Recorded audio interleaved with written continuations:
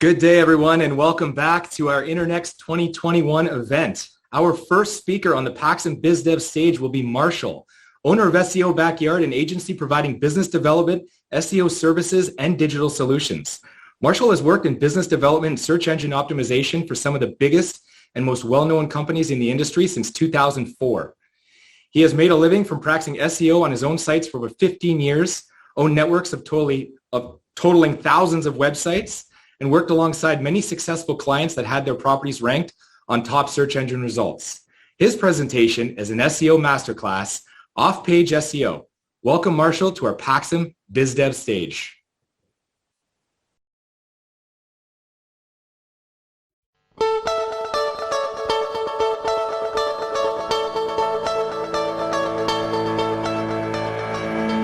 Have you ever been interested in getting more traffic to your website and acquiring more visitors without buying any traffic? Were you curious to figure out how the biggest websites in the industry grow that big and build their own customer base? Do you want to learn how to grow your own website to enormous sizes using only search engines? If your answer to all these questions is yes, then rest and relax for the next 50 minutes for our educators to introduce you to the world of fascinating search engine optimization, or simply SEO, with Marshall from SEO Backyard. Hello everybody and welcome to interNEXT Expo 2021. I would like to thank you first of all for taking your precious time and for watching this SEO Masterclass. I'm Marshall, as most of you know me by. I'm from SEO Backyard, a business development and SEO services agency, and I'm a guy that for the last 15 plus years has been doing business development and search engine optimization for some of the largest and well-known companies in this industry. For more than 15 years, I have lived from SEO practice on my own websites. I owned networks of thousands of websites with many successful customers ranked on top search engine results with their properties. During the next 20 minutes, we're going to cover some of the most infamous SEO off-page optimization topics. Let's see how a usual day of an SEO expert looks like, which I'm sure you're interested in knowing more about.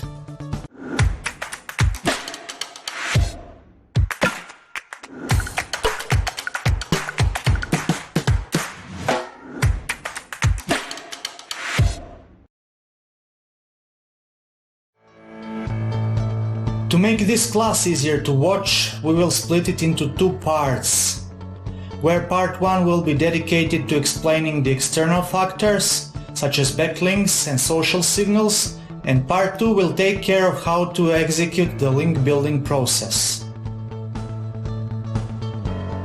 What is off-page SEO? As most of you probably know, off-page SEO, or also known as link building, is by definition the process of getting other websites to link to a page on your website in order to attract users and search engine traffic.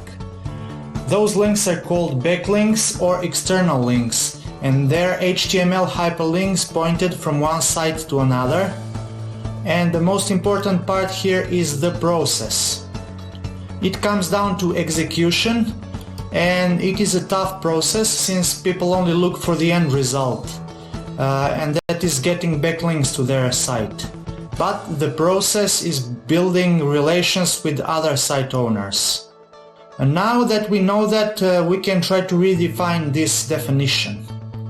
Link building is the process of building relationship with other site owners who want to link back to your content because it improves the value of their content. If you go to a different city and ask totally unrelated people where is the best place to have a snack, for example, and they all say Burger Joe on the main square, you will most certainly know that place is a good one to get your food. And the same thing also goes with backlinks. You can consider each backlink pointed to your site as a vote for you. To boost search engine results, off-page SEO considers all operations conducted away from the website. Off-page SEO is synonymous with link building by most people, but it typically goes beyond that. If you leave a comment with a link on another site or write a guest article, that means you're doing an off-page promotion. Homepage SEO is something you have complete control over, but it's sometimes not the case for off-page SEO.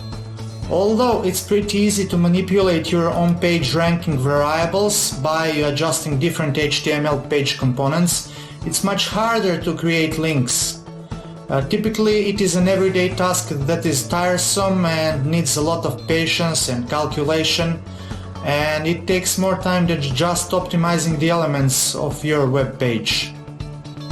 If you are confused as to whether your SEO plan is on-page or off-page, just ask yourself whether you have full control over it.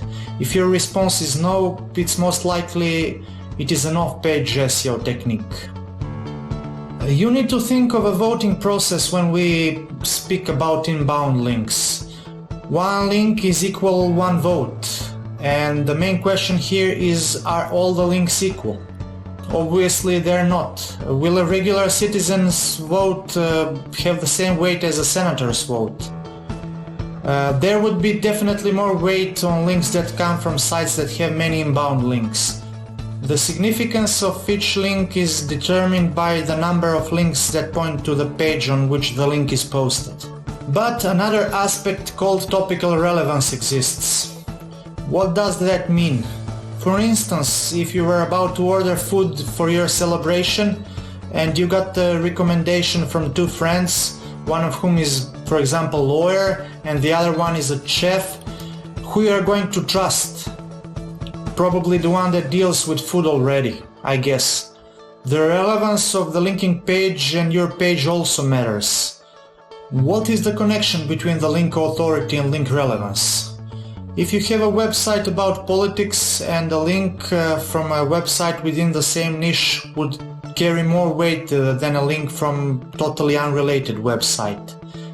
High DR or topical relevance that is low is better if you are after quickly getting better rankings. But if user conversions are your target, then what you should go for is high topical relevance for obvious reasons. What is the smallest building block of SEO? Most people would assume it's a website, but is it? For Google, the smallest logical block is a web page. A single web page in HTML format on your website. What does that mean and why is it so important? Well, most of you would think of optimizing a website in general, and what you should be thinking of is optimizing each separate web page of your website. And that implies two things. One, you can raise your rankings using your internal links, and B, it is not necessary for your inbound links to be from the main page of a website or even to be site-wide. What does all this mean? Well, it means that you need to focus on optimizing your pages instead of your website in general, since you won't just get traffic from the main page. This is the main mistake that most novices make when they start SEO practice, and it is the number one barrier for people that makes them give up on acquiring search engine traffic. A website that has links with most authority tends to become highly rated. Up until a few years ago, Google had PageRank, but chose to remove it from public viewing. Since links cannot be easily evaluated, what are we supposed to do now? Well, Href Site Explorer, that is a paid service, and their free backlink checker are by far the most powerful tools in an SEO person's daily life. You need to learn which ratings are important for evaluating linking authority in order to be able to understand how to use those tools. UR and DR are the two most significant ratings. On a logarithmic scale from 0 to 100, the main rating represents the strength of the backlinks of a targeted website. The higher the number, the stronger the link. The objective of the domain rating is to evaluate a website's relative link popularity. DR is typically the most convenient metric to account for when evaluating the quality of a website for linking back to your assets. Link popularity or domain rating is also a useful metric for showing the potential of a website to get Google search traffic.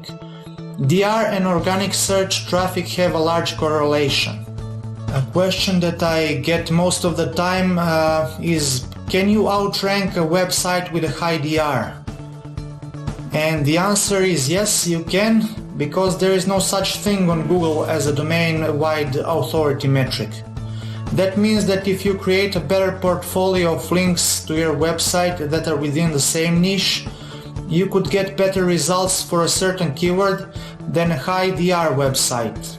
If you want to get a brief idea of how your website ranks on a scale of all the websites in the world based on its links, then AR is the most convenient universal metric. The lower it is, the better the ranking. That metric is commonly used for illustrative purposes only.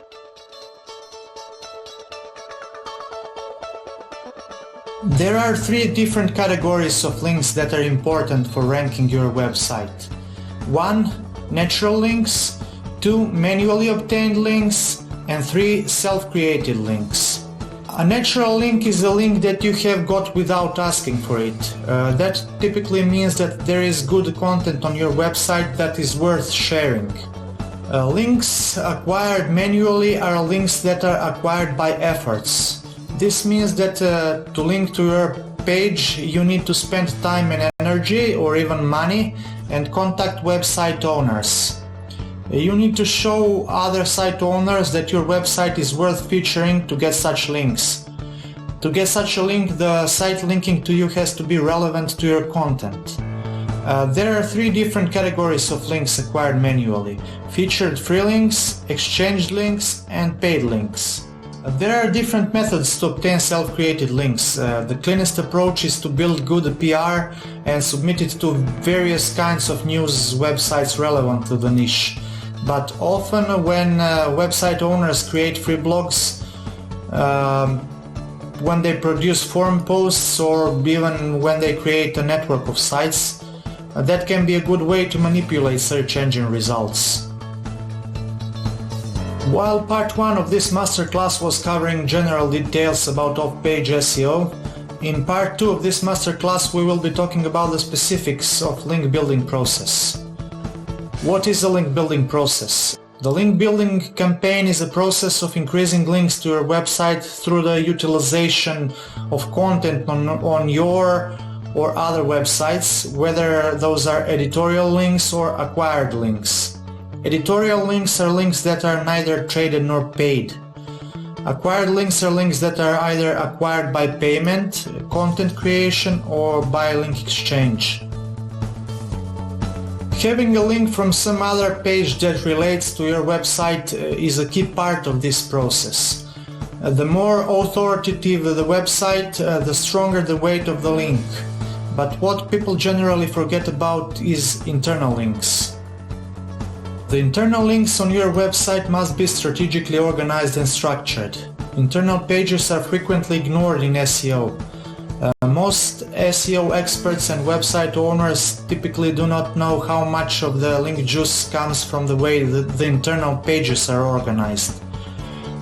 This typically comes to focus when some of the pages have high-value inbound links.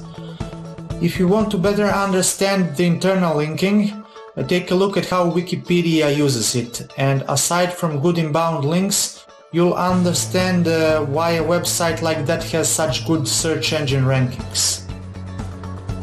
Acquiring external links is a self-explanatory technique used to create better rankings, but most of the time it's not evident how to start creating a link portfolio. A lot of background work is done before any linking campaign begins. The SEO expert should first Google the relevant topics and try to find out which sites are the authorities in the niche. The process begins by searching for similar keywords on Google and evaluating Hrefs, UR and DR metrics of the sites that are considered authorities. The higher the metric, the stronger the link. Link building simply comes down to sending multiple cold emails with your proposal, whether it is a link exchange or media buying, basically link buying. Although good content also results in links being created naturally by your website visitors, some industries are highly competitive and website owners and visitors are unwilling to link back to other websites. In that case, you are typically left to your imagination. Most of the activities mentioned are officially considered deceptive, but the grim truth is that they still work in 2021. There are several proven methods used by site owners and SEO experts to create new links. Create new assets on free Web 2.0 pages like forums and social posts, articles, blogs and free sites. 2. Exchange links with other sites, buying links and building networks of sites with similar topics. Building Web 2.0 properties is typically a semi-automatic technique where specialized scripts or software use text-based articles to create a wide variety of websites on free platforms, such as social networks, blogs, article directories and forums. This is often thought to be a shady black hat technique that could hurt the rankings in the long run.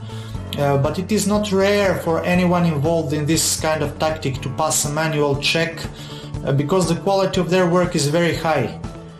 Websites used to host this type of content are typically high DR pages, and many different websites are created at once using this method, and they are usually linked in between to increase SEO strength. Link trading or exchanging links with other site owners is a popular method of obtaining new links. Involved site owners typically own more than one niche site. There are various ways to trade links, but when this technique is applied, try to avoid reciprocal links like ABBA links. Link buying is explicitly forbidden by Google, but most of the time it's impossible to prove that a certain link has been obtained by paying for it. So it's one of the most used and obviously abused strategies to create a link portfolio. It comes down to emailing a lot of websites inside your niche, all based on their Ahrefs metrics. This approach can be very costly, as most of the time it is a method used by large corporations with high budgets to overpower the competition. High link building budgets do not allow smaller sites to compete for search engine traffic in more competitive markets. So you need to be very inventive if you have a limited budget for this kind of link building. If you can't get links from somebody else's websites, you can create more properties in your niche. It's typically an approach that requires a lot of effort, where you create similar and related websites to your main site. Most of the time such sites are interlinked, and this is a problem that has been unofficially tolerated by Google for quite some time, even with the biggest websites. But such websites are oftentimes used to trade links with sites operated by others. There are numerous misconceptions that such sites need to be hosted on different C-class IPs, but with the implementation of CDN solutions, such as for example Cloudflare, this idea has become outdated and impractical. I'm not going to say something for or against different C-class IPs. If you use such websites only to share links with others, such a thing is not a relevant subject anymore. Each SEO expert needs tools for tracking search engine rankings. Apart from Ahrefs that got mentioned earlier, Google itself has already provided the most relevant tools. Google Webmaster Tools can be used for tracking sitemaps, for indexing sites and web pages, and for tracking keywords. Google has once again offered keyword tracking. In reality, you could see almost any keyword you were ranked for and its placement in the search results. If you pair it with Ahrefs Keyword Explorer, you can use it to improve any current listing by implementing on-page optimization to that particular web page, or by simply improving rankings with new backlinks. Keyword tracking tool that complements Google Webmaster Tools very well is Ahrefs Keyword Explorer. Results are updated every few days, and most of the time they're more accurate than Google's results, believe it or not.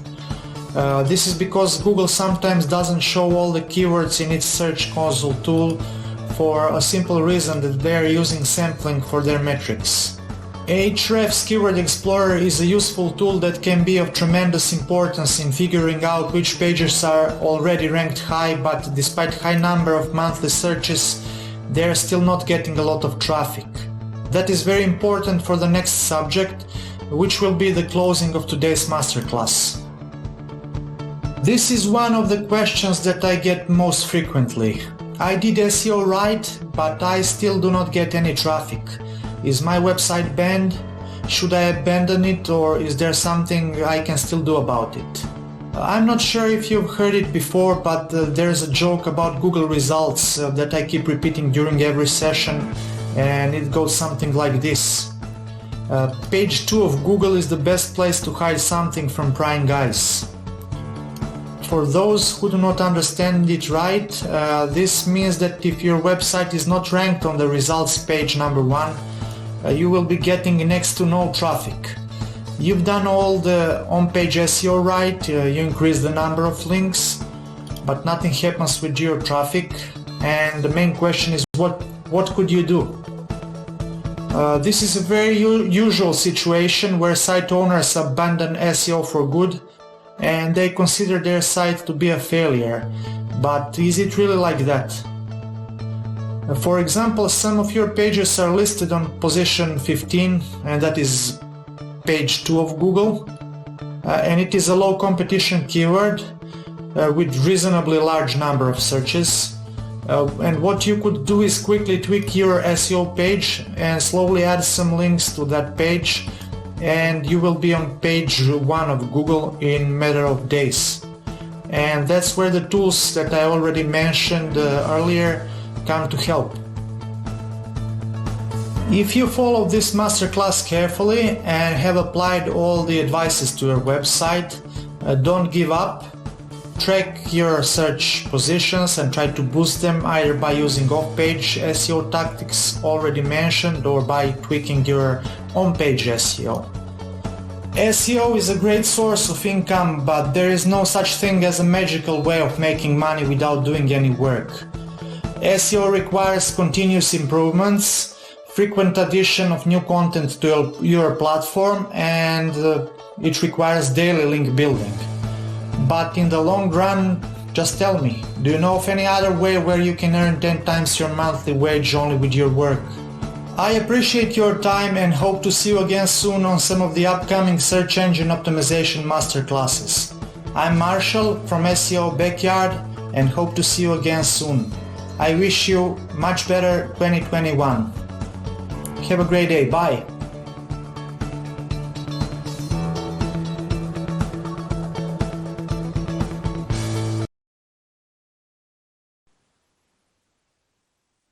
All right. Joining us live now all the way from Serbia, we've got Marshall. Marshall, thank you so much for the wonderful presentation you put together for us. Thank you for inviting me to this expo. It's my pleasure. Likewise, my friend. We've got a couple questions for you off the cusp here. Marshall, the first one I'm going to start with today. Why is link building so important? For example, if we compare online business to real-life business, in real-life business, you could just open a shop and put it on the main street and everybody will be able to actually figure out there's a new shop in town.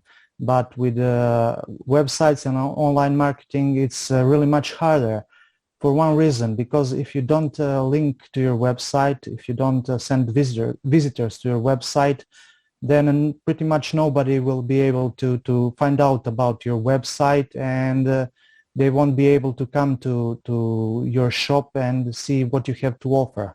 Even though if that might be the best possible website with the best possible products out there, then you won't be able to actually show to people what you've got there. So link building is a very important part of online marketing process. And in order to show people that you're there, you need to link from some other website. So Marshall, that follows. How do you know what websites are good to buy links from? Just think about it as a real life situation. If there's a website that is already established, that is out there for at least a couple of years, and if it has backlinks pointed to it, and people really like and get back to the same website all over again, that means most likely that the website is really a good one to get links from. Of course, from the SEO perspective, from the SEO point of view, you would have to put it and to go through all the metrics that the website has, as I already explained in the presentation.